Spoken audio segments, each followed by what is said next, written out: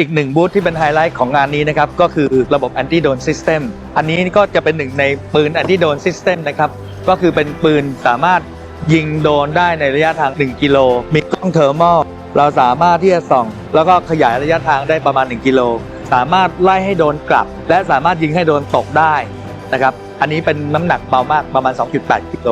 มาทางนี้นะครับเราก็จะมีอุปกรณ์ detection ก็จะสามารถสแกนสัญญาณของโดรนได้โดยผ่านโทรศัพท์มือถือตัวเล็กๆอย่างเงี้ยนะครับอันนี้ก็เป็นอีกหนึ่งในไฮไลท์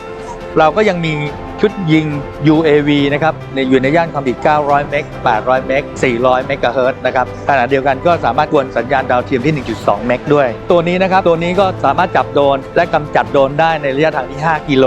นะครับตัวนี้จะมีองค์ประกอบเป็นโดรน detection หลายแบบที่1เนี่ยก็เรียกว่า passive radar คือ IF detection นั่นเองตัวที่2เนี่ยก็คือ active radar ก็คือเรดาร์ที่ปล่อยคลื่นในย่าน X band แล้วก็ทำให้ทราบว่าบนท้องฟ้าเนี่ยมีวัตถุเคลื่อนที่อยู่นะครับหลังจากนั้นก็จะมีกล้อง EOIR กล้อง EOIR เนี่ยมันสามารถที่จะตรวจจับโดรนและ track โดรนได้เช่นเดียวกันสามารถมองเห็นโดรนเนี่ยและสามารถแยกแยะให้ทำให้รู้ว่าตัวโดรนเนี่ยหิ้วอะไรมาในบริเวณพื้นที่ของเรานะครับมาตรงนี้นะครับก็ยังเป็นตัว RF detection อีกตัวหนึ่งซึ่งเป็นกระเป๋าหิ้วเราสามารถที่จะนำกระเป๋าหิ้วเนี่ยออกไปเดินทางเพื่อเปิดแล้วก็อยู่ในพื้นที่ที่สามารถที่จะตรวจจับโดรนในรัศมีประมาณ 1-2 กิโลเมตรเมื่อจับเจอโดรนนะครับเราสามารถกำจัดด้วยปืนอันนี้เช่นเดียวกันนะครับก็ใช้ปืนนี้ยิงโดรนให้ตกลงมาระบบ RF detection เนี่ยจะมีซอฟต์แวร์ตัวหนึ่งเราเรียกว่าซอฟต์แวร์ C2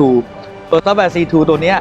มันจะสามารถโชว์พิกัดตำแหน่งต่างๆและสีที่แตกต่างทำให้เรารู้ว่าโดรนเนี่ยเป็นพวกเราแบ่งพวกได้นี่เป็นพวกของเราหรือเป็นพวกของข้าศึกสิ่งที่จับได้ก็จะบอกถึงความถี่นะฮะระยะทางว่าทิศทางอยู่ที่ไหนพร้อมกับบอกสีพวกนะครับแล้วก็มีปุ่มให้ยิงสามารถยิงด้วยตัวระบบโดยไม่ต้องใช้ปืนเลยก็ได้นะครับผลิตภัณฑ์ของ DRC ที่เรานำมาเสนอในวันนี้นะครับพร้อมไปด้วยมาตรฐานต่างๆไม่ว่าจะเป็น Military Standard นะครับหรือจะเป็น IP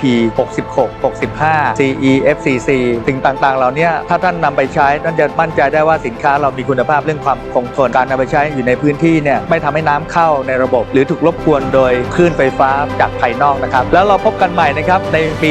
2025 พบกันนะครับ